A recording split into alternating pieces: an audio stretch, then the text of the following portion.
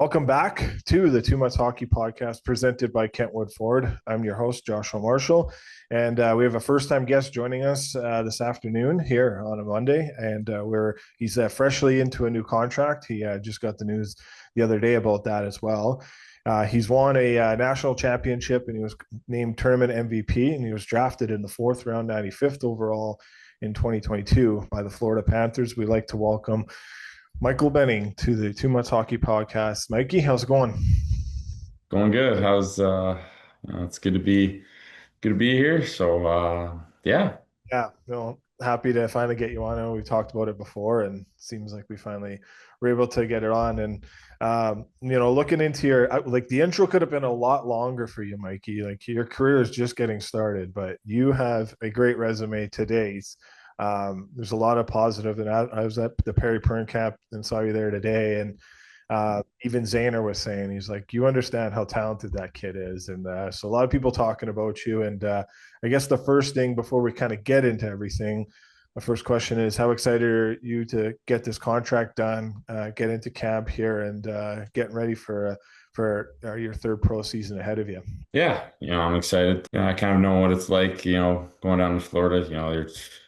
They're a good team. It's just, for me, it's kind of going down and just, not worrying about making the team or anything. It's just kind of, working hard and just giving it my all. But yeah, so training's been good.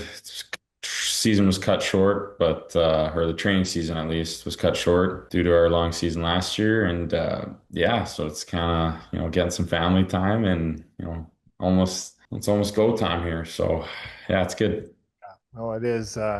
It's kind of been like that way since you kind of turned pro in a way with, the not getting back home has kind of been a theme for the last couple of years because for those that don't know that you were a part of the Black Aces when they won the first cup, and obviously last year you were busy trying to lock down your championship in the American Hockey League, and which I think a lot of people could say you guys got robbed in that first goal because I think that should have counted when the goalie kind of wasn't set. So probably get into that at some point, but maybe that was a changing point of the series. But obviously, you guys had a long, hard fought year last year, and every year it's gotten better for you. But that is the trajectory of your career. And let's talk about minor hockey and how that all kind of started for you and your fondest days of playing minor hockey and some of the coaches that you would have had along the way of mentoring you, and also your father Brian in terms of him helping you out, and obviously your brother and other family members too. It's a great support network that you have around you, isn't it? Yeah, yeah, and there's been support kind of throughout my whole hockey career. Like my brother, he's 8 years older than me, so he kind of went through it, and you know things that worked, things that didn't work, kind of came back to me, and tried something new almost. But for minor hockey, did minor hockey all the way in St. Albert from till Bantam. My dad coached me mostly through it till Pee Wee about. Yeah, he's kind of like mostly on the coaching staff, maybe not head coach, but he was mostly coaching. Um, and yeah, like it was awesome. Like we probably one of the highlights was during that time was going to the Quebec Pee Wee tournament. And I was there, and our team, we had a good team. We weren't in like the highest like whatever tier or whatever you call it, but we're in like a double A just because due to our population and our in St. Albert, so they wouldn't let us go into a higher tier because of it. But anyways, that was a good experience, and it was like the first time kind of someone from Western Canada went over there to compete in that, or at least from Alberta. But yeah, we ended up winning our division, and it was pretty cool. So yeah, that was the St. Albert side. Yeah, Mm. and it's obviously been able to keep growing too. It's seeing some of the kids coming out of St. Albert even to date is the resume and the success and the coaching and the knowledge is has carried on through what has happened years ago to is now. So that's kind of cool to see as well. Talk about making the decision to go between AJHL and WHL and college, and obviously you played the two great years in the AJHL, and how great was that for your development before you went to University of Denver? Yeah. So to be honest, like I was kind of making my decision when I was at NAX after Bantam there. It was kind of like, yeah, I was 15, it's kind of like what's the next step? And I was a smaller defenseman, I wasn't the strongest guy. Um, and I needed to develop as physically on the ice, to become. And I think that, I had the discussion with my brother, my dad, and even some other guys about it. And, I think the AJHL was, the best development league for me at the time to go and play there with, my best buddy. We're both 16-year-olds, Carsavoy, and we were there in Sherwood Park for 2 years. And yeah, it was, I think that was at the time, it was the best development route for us. And then, like a lot of the league was still competitive now. Like nowadays, it's a little bit, I don't know if you say non-competitive, but it's, the merger with like the CHL and NCAA, it's kind of, messed it up a little bit. But that, I was Adam Mana and Jeff Wicka were my coaches. Jeff Wicka was, a NHL player, good D-man. He helped me, kind of get stronger, learn how like told me how to play the game the right way almost. And, that helped me going into, my years in college when he was like when I was 18 at that time. So yeah, junior he was, it's great. Guys were bigger, stronger. You kind of have to stay away from the meatheads, but it was a great time. I loved it. So Yeah. Yeah, it's kind of cool to see. And obviously those two guys I got to know more. Adam's a great ball hockey player here in Edmonton too. And mm, so one of the great guys that you could see. And we've had him on the podcast before, and a great interview, and a great guy that's done so much. And he's got his development camp giving back to the game now too. So it's great to see where he's gone to, and obviously Jeff too, like you talked about, the great recipe there. The decision to go to University of Denver and the success that you guys had there, Mikey, so much has been made about Coach Carl and how much he's been able to do, and obviously so many every off season it seems like 5 to 7 NHL teams are trying to interview him to pull him out of there.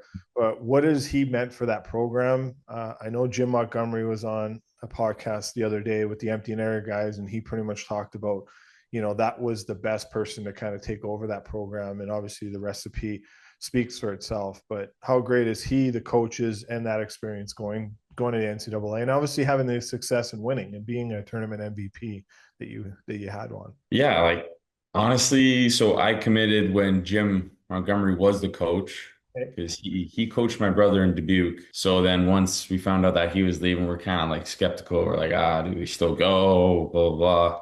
So anyways, we decided to still go. Thank God we did because, DC, he's an unreal guy. He's an unreal coach. Like he was a player.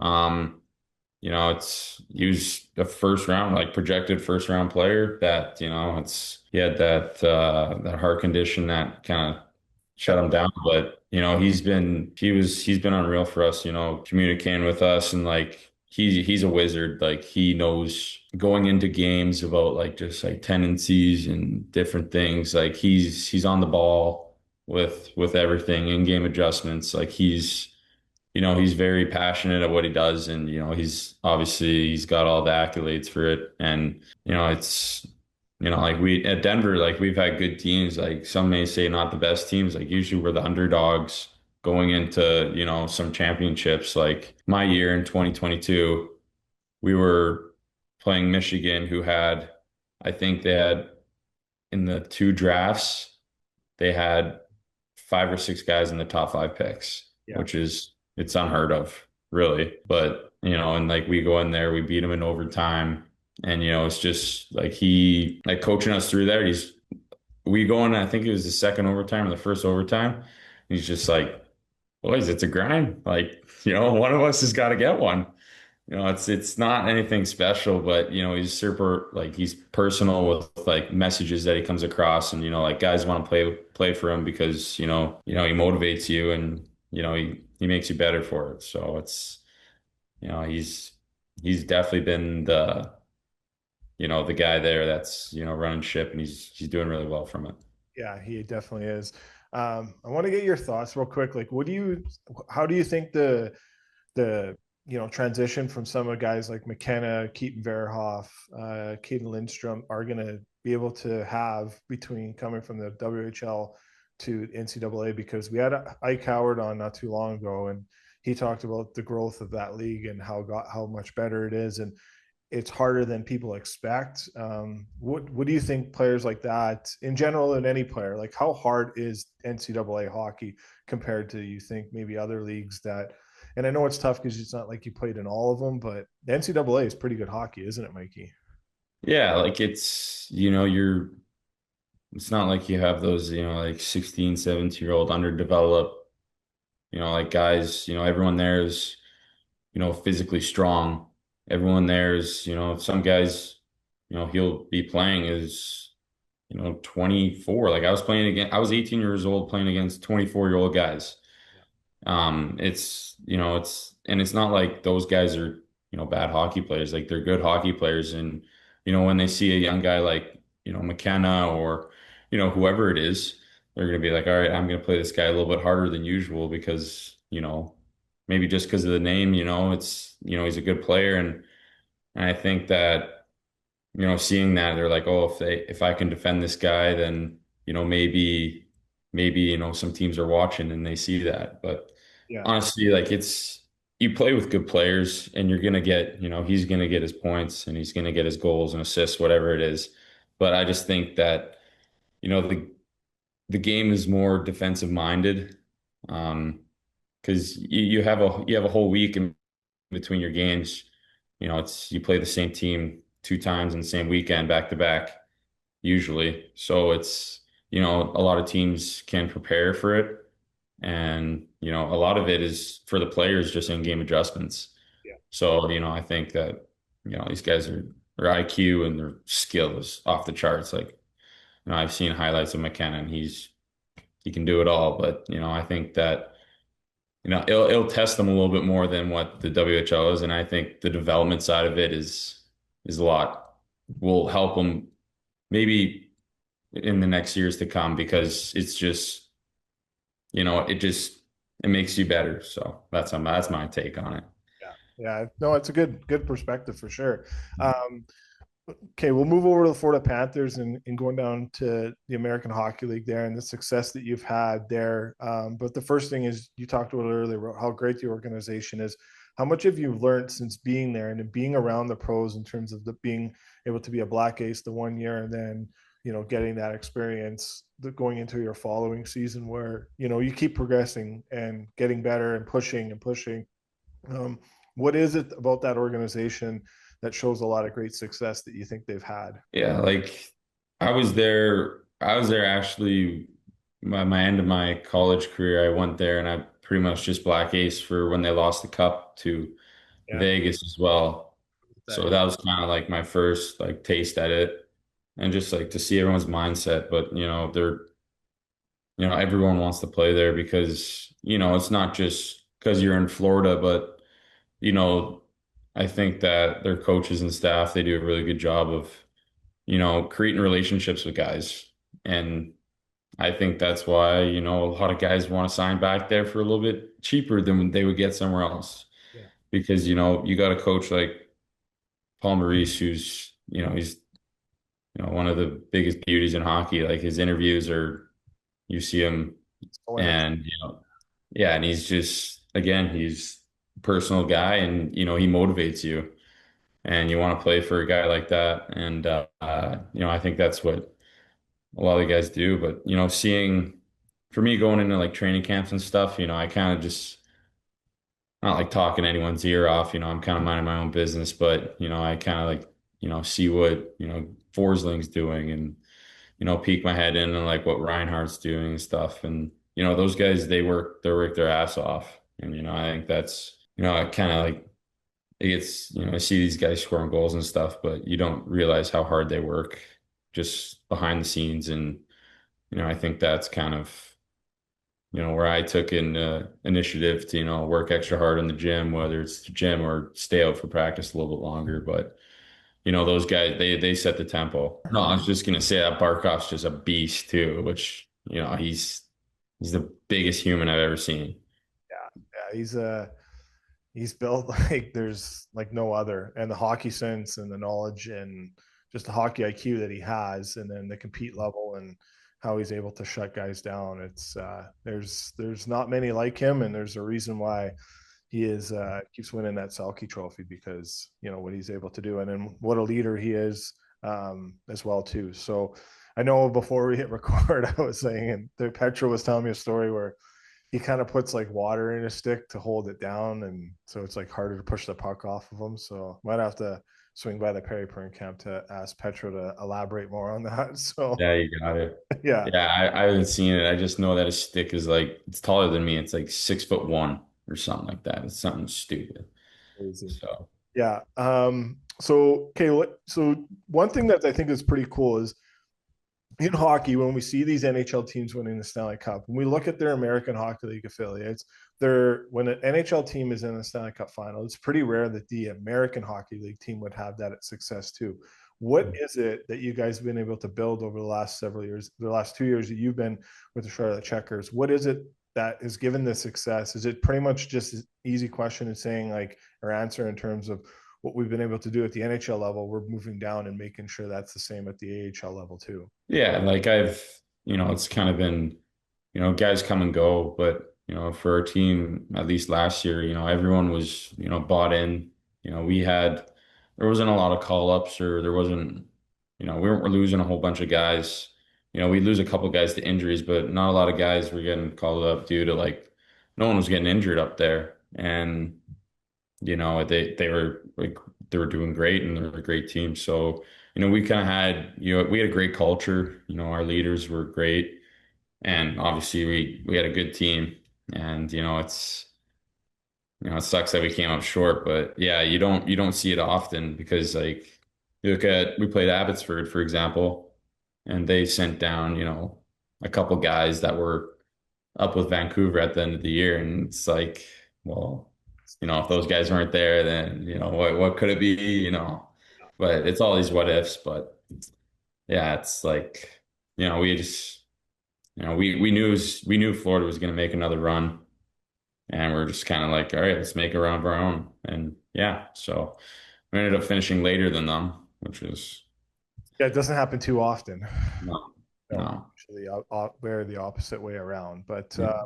We had uh, Brad Marchand gave us a little shout out there oh, when he nice. when he was in Cabo, or I think he was in Cabo. I don't know where he was, but he gave us a little shout out before game 6 there. He gave us a little video. It was good. Did a little cannonball into the pool afterwards too. So Probably looking forward to connecting with him at training camp and some of the captain skates pretty soon here, aren't you? He seems like yeah, yeah. So it'll be interesting to see. yeah, yeah. See how it all shakes out in terms of that. Okay, we'll get you out on this. You talked about your brother Matt earlier, and just kind of give us one of the greatest stories that you have about him in terms of what he's been able to do to help you, or how he keeps pushing you to be the player you are today. He's meant a lot to us at this podcast, and we've had him on several times, and love pumping his tires and whatnot. But what is it meant to have a guy like that as your brother? I know we kind of talked about earlier, but is there anything more you could maybe say about him? And obviously, and also being an uncle, because he's got two little ones there, and one of them was their birthday the other day, and the cool picture I think you shared in Instagram, and just family stuff is cool, isn't it? So Yeah, yeah. Like he's older than me. I look up to him. He's been 400, 500 plus NHL games, whatever it is. He's been successful with it. For me, I look up to him like, he helps me out more with, I would say, personal things or off the ice things more than on the ice. We're different style of players out there. So mostly it's, him, if I'm late to something, he'll bark at me and just be like, "Hey, get your ass over here." Yeah. Or like, it's more like, making me become a better person than, a better player, which, not a lot. And sometimes that stuff translates and it does, I believe it. So, it's mostly him giving me life lessons of what he went through and, what it takes, to be a pro and to be an NHLer. So yeah, he's kind of, and he's got his hands full with the two boys there. And so, they're awesome. And I try and spend as much time with them in the summer as possible. But yeah, he's can't say enough good things about him. Um, even though now our fights are a little bit better, but I used to beat the crap out of me when we were younger. But yeah, he's just, a Good. good, genuine guy and, Yeah. teaches me a whole bunch of life lessons, whether it's being on time or, you know, taking out the boat Yeah. or something stupid. So yeah, he's yeah. It was funny because yeah, we did create a video for him when he got to his 400th game and some highlights and some of his passes, goals, hits, fights, and some family pictures too. And I came across my phone yesterday, so it's funny you say that. And he's not too bad at making that pass outlet. So he's Oh yeah, the that's first pass bandit. That's it. yeah, Usually I don't, when someone asks me, I don't really, compliment them too much, but it's kind of weird. yeah, I exactly. usually just start chirping them. Yeah, 100%. Well, Mikey, appreciate you joining us today. It was definitely pretty cool and some good news at the end. Milan Lucic back in the NHL on a PTO with the St. Louis Blues. So I'll end up on that. So a guy that found God and a good way to kind of get himself back into a league where he dominated it at the highest level as being a great power forward. But some great news there. So I'll finish up on that. But continued success to you, and we're hoping all the best coming forward for you this season and crack into the NHL. We're hoping, we're praying for it, and get your name on the plaque in St. Albert there on that wall where a bunch of guys have played the NHL. Every time I go to that rink, I'm like, Mikey, I text Matt, I'm like, Mike's name's coming. So Yeah, hopefully. so all the best, buddy. I appreciate you joining us here. Thanks. Appreciate it. Thanks. Have a good one.